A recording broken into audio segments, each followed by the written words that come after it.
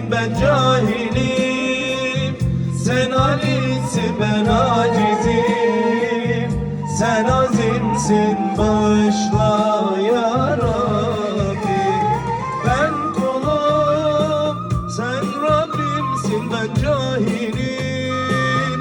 Sen alimsin, ben acizim. Sen azimsin, bağışla ya Rabbi. La ilahe illa sen subhanek. La ilahe illa sen subhanek. Subhanek.